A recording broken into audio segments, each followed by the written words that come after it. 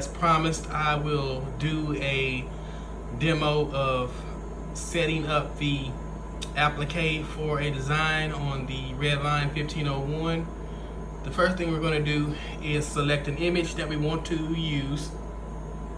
I've selected it, and the next thing we'll do is to go to the icon with the needle, the flower, and the folder. Okay, right now, as you can see, there is absolutely no stop or no applique or anything associated with this file. There's nothing. So if I were to stitch this file right now, it would stitch normally. It would go from the first color to the last color, and it would not stop whatsoever. So say for instance the second needle is the needle that we want to have the machine stop on and add applique, allow us to add applique to. What we would do is we would use the arrow to move down to the second position, which is highlighted in yellow.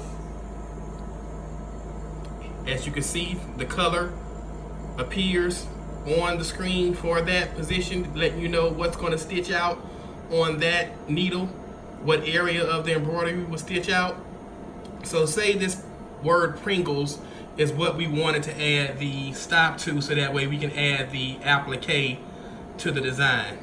What you would do is go to add patch, which is right here, and select it.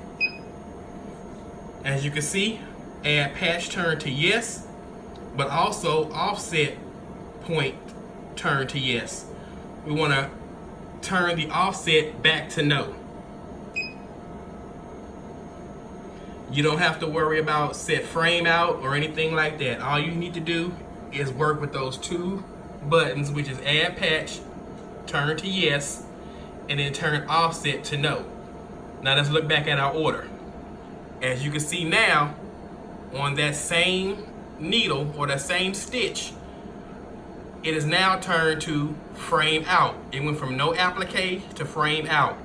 What that means is when it gets to this particular portion of the design, the machine will stop, the frame will actually slide out and stop to allow the user to place the applique onto the garment.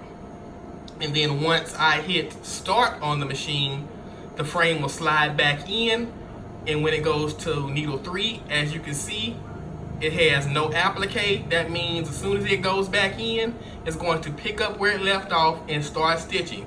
So if you're going to lay down the applique on part 2, when you get to part 3, more than likely it will be laying down the tack down stitch for the applique that you place down in portion number 2. So needle 1 more than likely would be a placement stitch. 2 would be the applique process because the frame is coming out, and 3 would be the tack down stitch for that portion of the applique.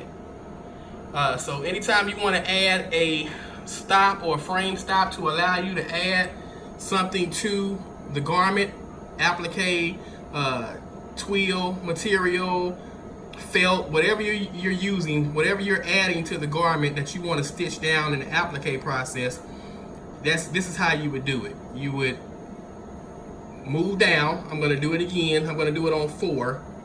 So I move down to number 4, and I want number 4 to stop so I can lay down another piece of applique.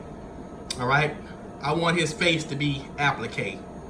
So the same thing, I just come over and I press add patch. It turns to yes. I want to turn offset to no. Don't worry about the frame out in that last box.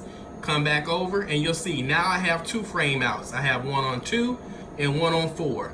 So on 2 and 4, the frame will come out to allow me to place the applique. On 1, 3, and 5, it will stitch whatever stitch I have set in my design for those numbers. So if 1 is a tack down stitch, 3 is a zigzag stitch, and 5 is another zigzag stitch. That's what it would do on those numbers. But on 2 and 4, the frame will come out and allow for the applique to be set down. So there will be no stitching on number 2 and 4. It just moves out so you can lay the applique down. I hope that makes sense to you. If not, leave a question in the comments and I'll try to help you as best I can. Thank you.